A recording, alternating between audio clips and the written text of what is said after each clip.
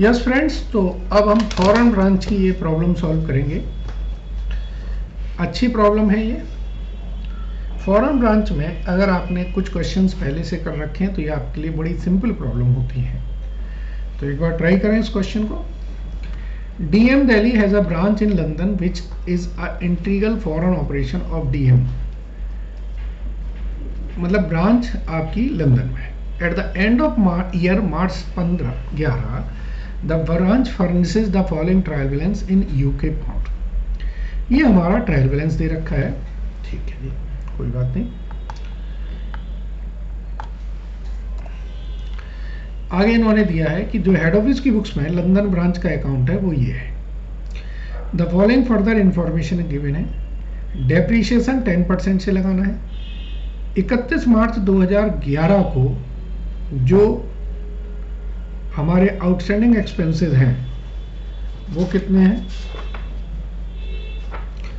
ये printing mistake है, ये 2011 होना चाहिए।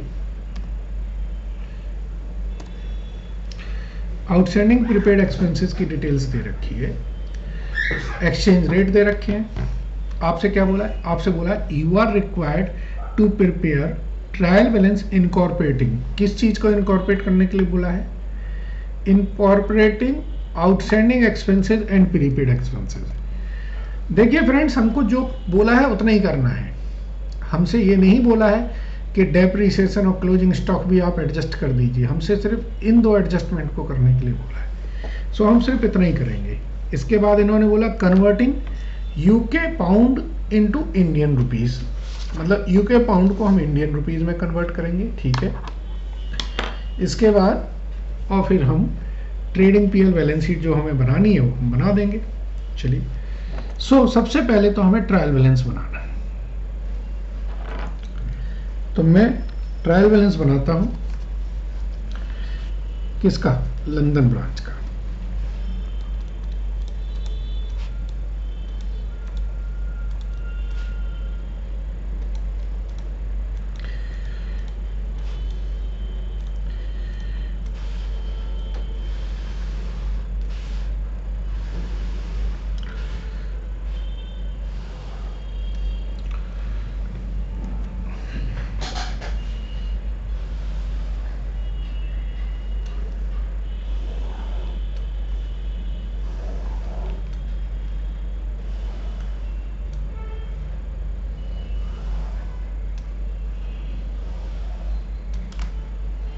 आप कहेंगे सर ये कॉलम क्यों बना दिए? चलिए मैं बनाता हूं। ये मेरे पॉन्ड के कॉलम है, ये मेरा जो रेट है कन्वर्जन रेट वो है, और ये मेरे INR के कॉलम है, ठीक है। चलिए सबसे पहले हम कन्वर्ट करेंगे, और इन्होंने बोला है कि incorporating prepaid and outstanding expenses. तो यानी कि एडजस्टमेंट जो बचेगा वो सिर्फ आउटस्टैंडिंग और प्रीपेड और एक्सपेंसेस में बचेगा, बाकी लाइन आइटम में कोई चेंज नहीं है। तो इनको तो आप बिल्कुल आंख बंद करके एज इट इज कॉपी कर दें। सो लिख दें। देखिए, फिक्स एसेट्स 1 अप्रैल 2007 में ली थी 2400 की। फिर है स्टॉक 1 अप्रैल 2010 का 11,200। फिर है गुड्स फ्रॉम हेड ऑफिस 64,000। फिर है एक्सपेंसेस को होल्ड कर दिया है मैंने। इसके बाद है डेटर कितने हैं? 4800। क्रेडिटर कितने हैं? 3200। कैश एट बैंक ये आपका है 1200। हेड ऑफिस अकाउंट जो है वो 22,800 है। परचेजेज मेरी 12,000 है। सेल्स है 96,000 पाउंड। अब फ्रेंड हमारे पास 4800 के एक्सपेंसेस हैं। आउटस्टैंडिंग हम इसमें प्लस करते हैं, वो हमारे हैं 400, और प्रीपेड हम माइनस करते हैं, वो हमारे हैं 200। सो इन एडजस्टमेंट के बाद एक्सपेंसेस हमारे हो जाएंगे 5000 के। लेकिन जब हम इन एडजस्टमेंट को कर देंगे तो हमें ट्रायल बैलेंस में आउटस्टैंडिंग एक्सपेंसेस भी शो करना पड़ेगा और प्रीपेड एक्सपेंसेस भी शो करना पड़ेगा। तो अब जो टोटल आएगा 1,22,400 का होगा। इतना एडजस्टमेंट इन्होंने कहा था आप कर दीजिए। तो ये एडजस्टमेंट मैंने कर दिए। अगर आप गौर से देखें इनका नेट इफेक्ट 4800 ही आ रहा है, तो इन्होंने का इम्पैक्ट डाल के आप ट्रायल बैलेंस बना दीजिए, बना दिया। अब आई रेट की। सो रेट देखें। देखिए फ्रेंड्स, जो फिक्स एसेट्स हैं इंटीरियर ऑपरेशन में, फिक्स एसेट्स हमारी जिस रेट पे हमने खरीदी थी वही रेट आएगा और डेप्रीशिएशन का भी वही रेट आएगा। ठीक है। इसके बाद ओपनिंग स्टॉक है तो वो ओपनिंग रेट से आ जाएगा, वो हमारा 76 रुपीज़ है। ठीक है। इसके बाद जो हमारे एक्सपेंडिचर्स हैं वो हमारे एवरेज रेट से आ जाएंगे और प्रीपेड एंड आउटस्टैंडिंग एक्सपेंसेस हैं ये हमारे क्लोजिंग रेट से आएंगे।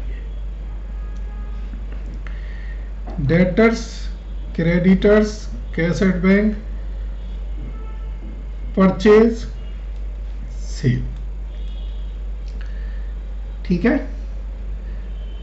अब दो ट्रांजैक्शन बच गए हैं, एक तो गुड्स फ्रॉम हेड ऑफिस और एक बच गया हेड ऑफिस करंट अकाउंट।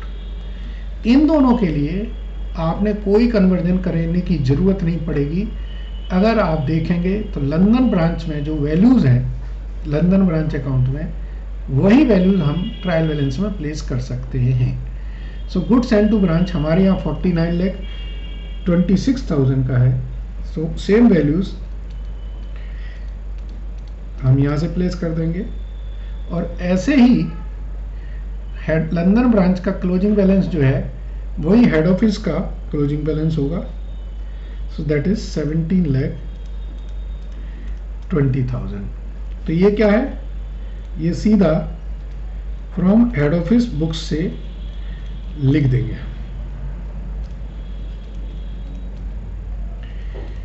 मतलब उसमें हमें कन्वर्जन करने की जरूरत नहीं है। बस ये पॉइंट एक ध्यान देने वाला है। इसके बाद अब वैल्यूज को कन्वर्ट करके लिखें। सो ये 16,80,000, 8,51,200, ये 75 से जाएगा तो ये हो जाएगा 3,75,000। प्रीपेड एक्सपेंसेस और इनकी वैल्यूज आ जाएंगी 15,400। डेटर्स 3,69,600 और क्रेडिटर 246,400। Cash at bank 92,400। अच्छा, सेल परचेज हमारी है 75 रुपीज़ से तो ये 9 लाख रुपए, और सेल हमारी है 75 से तो ये 72 लाख रुपीज़। अब डिफरेंस आएगा तो टोटल करके देख लें एक बार।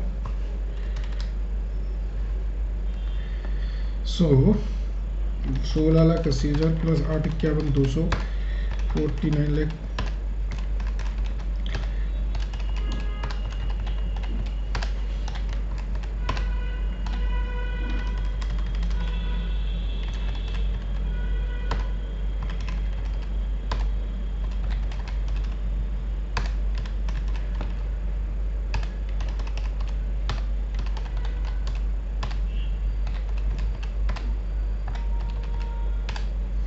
इसका टोटल आया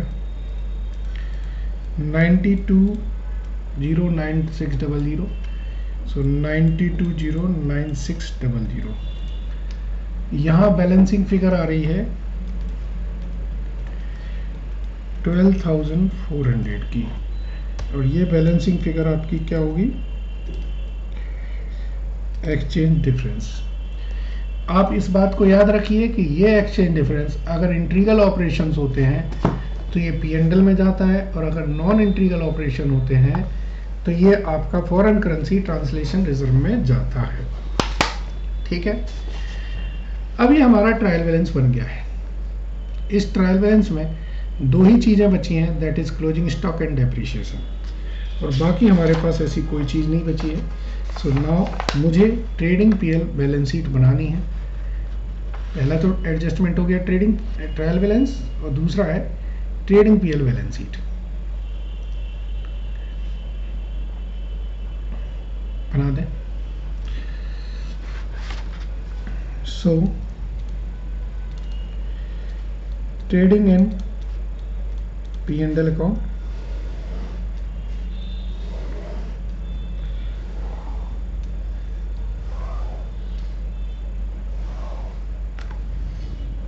और ये बैलेंस शीट। पहले जो ट्रायल बैलेंस है उसको ही प्लेस कर लें। अच्छा, ये कलर चेंज कर लें, रेड कलर चल रहा था, कोई बात नहीं। रेड कलर थोड़ा सा बड़ा अनहाइजीनिक सा लगता है।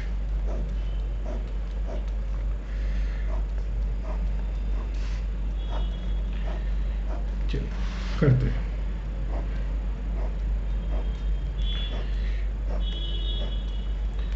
आपके पास जो ट्रायल बैलेंस है इसकी लाइन आइटम के हिसाब से आप इसकी प्लेसमेंट कर दें।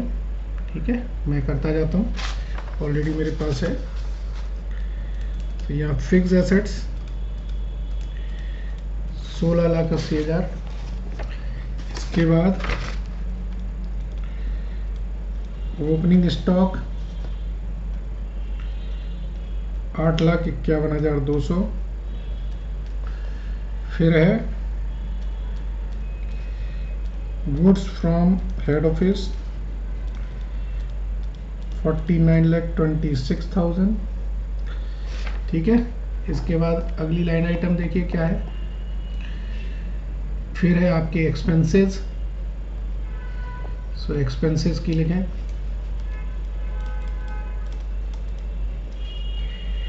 3,75,000। Outstanding expenses 30,800। Prepaid expenses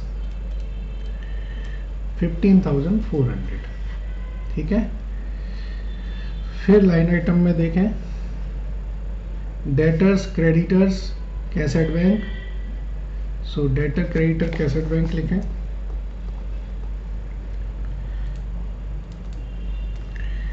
debtor हो गए मेरे 3,69,600।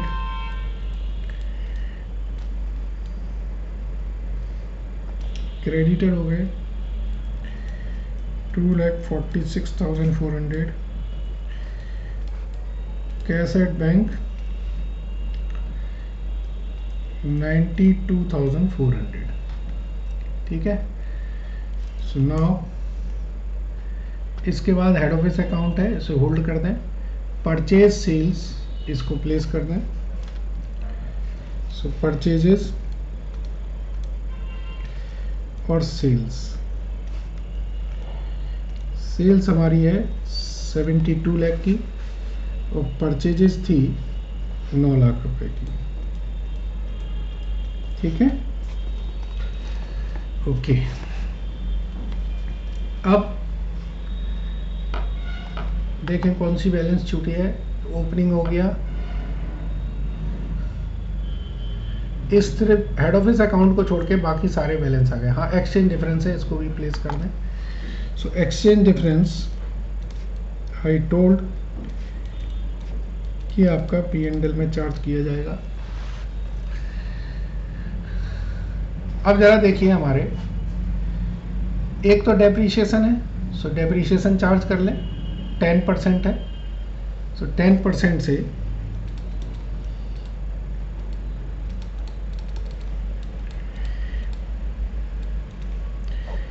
सो डेप्रीशिएशन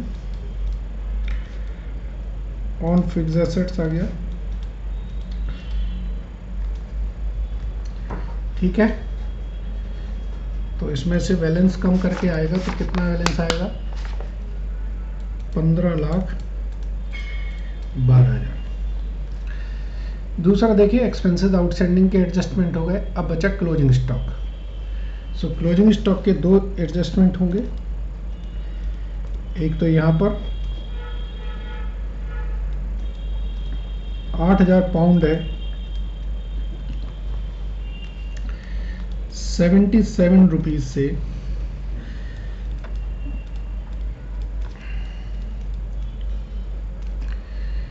ठीक है।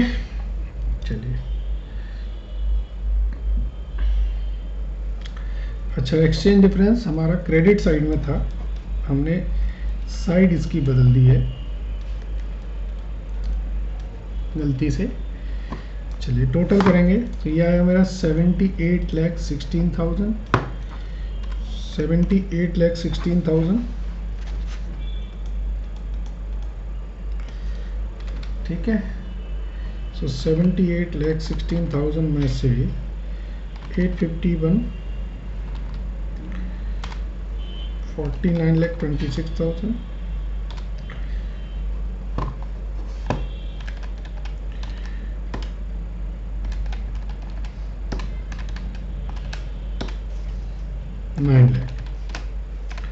सो ये बैलेंस आता है 1138,800। ये हमारा ग्रॉस प्रॉफिट कैरीड डाउन हुआ, तो ये ग्रॉस प्रॉफिट हमारा ब्रॉड डाउन हो गया 1138,000। तो ये आया हमारा 1151,200। इसमें से 3,75,000 माइनस करें और ये डेप्रीशिएशन माइनस करें, सो ये आ गया 6,08,200, ठीक है ना। सो हेड ऑफिस का अकाउंट कितना था, 17,20,000, और इसमें एक तरह से नेट प्रॉफिट और ऐड करना है, तो अब हेड ऑफिस अकाउंट बढ़ जाएगा, ये हो जाएगा 23,38,200। तो ये बैलेंस शीट बन गई है हमारी। अब अगर ये बैलेंस शीट टैली हो रही है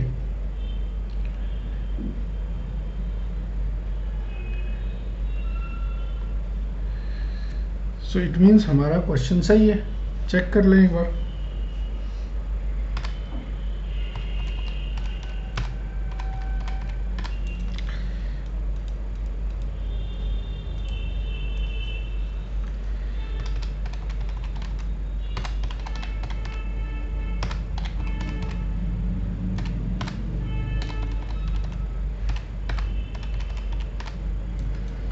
$26,05,400।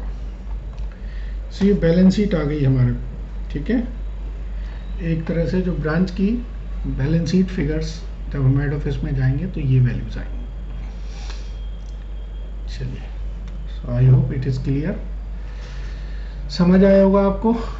थोड़ा सा ट्रिकी क्वेश्चन था बट अच्छा क्वेश्चन था। Thank you.